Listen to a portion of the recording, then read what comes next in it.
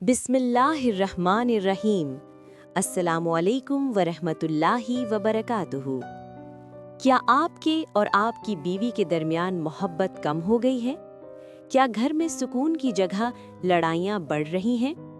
आज हम कोई जाली या इंटरनेट का बनाया हुआ वजीफा नहीं बताएंगे, बल्कि कुरान और अहले बैत की मुस्तनद तालीमात से ऐसा अमल बताएंगे जो वाकई दिलों में मोहब्बत पैदा करता है। हकीकत, सीधी बात सुन लो, सिर्फ वजीफा पढ़ने से कुछ नहीं होगा अगर तुम्हारा रवैया गलत है। अगर तुम बीवी से बदतमीजी करते हो, उसकी इज्जत नहीं करते, हर वक्त गुस्सा करते हो, तो कोई वजीफा काम नहीं करेगा।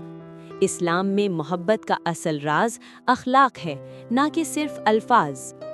कुरानी बुनियाद, अल्लाह ताला कुरान में फरमाता है, और उसकी निशानियों में से है कि उसने तुम्हारे लिए तुम में से जोड़े बनाए ताकि तुम उनसे सुकून हासिल करो, और तुम्हारे दरमियान मोहब्बत और रहमत रख दी। सूरह रूम 30-21। यहाँ दो बातें समझ लो। नंबर 1, मोहब्बत अल्लाह ने पहले ही रख दी है। नंबर 2, तुम उसे अपने रवैये से ख़त्म करते हो। असल वजीफ़ा। अब असल अमल सुनो।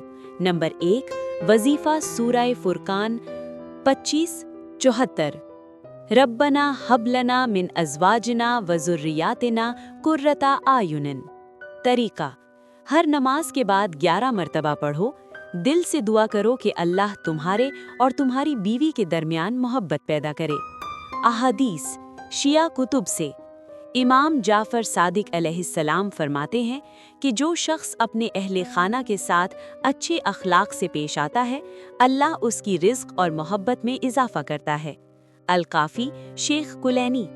इसी तरह तुम में सबसे बेहतर वो है जो अपनी बीवी के लिए बेहतर हो।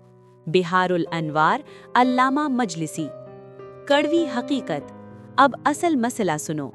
तुम वजीफा भी पढ़ रहे हो और बीवी को नजरअंदाज भी कर रहे हो। ये काम नहीं करेगा। 3 चीजें फौरन ठीक करो। इज्जत दो, लोगों के सामने भी, अकेले में भी। वक्त दो, सिर्फ मोबाइल नहीं, नरमी से बात करो। ये नहीं किया तो वजीफा बेफायदा है।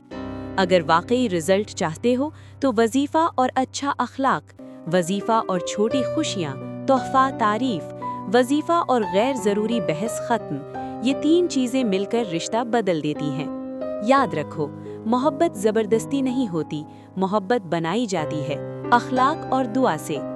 आज से ये वजीफा शुरू करो और अपना रवैया दुरुस्त करो, फिर देखो तुम्हारा रिश्ता कैसे बदलता है।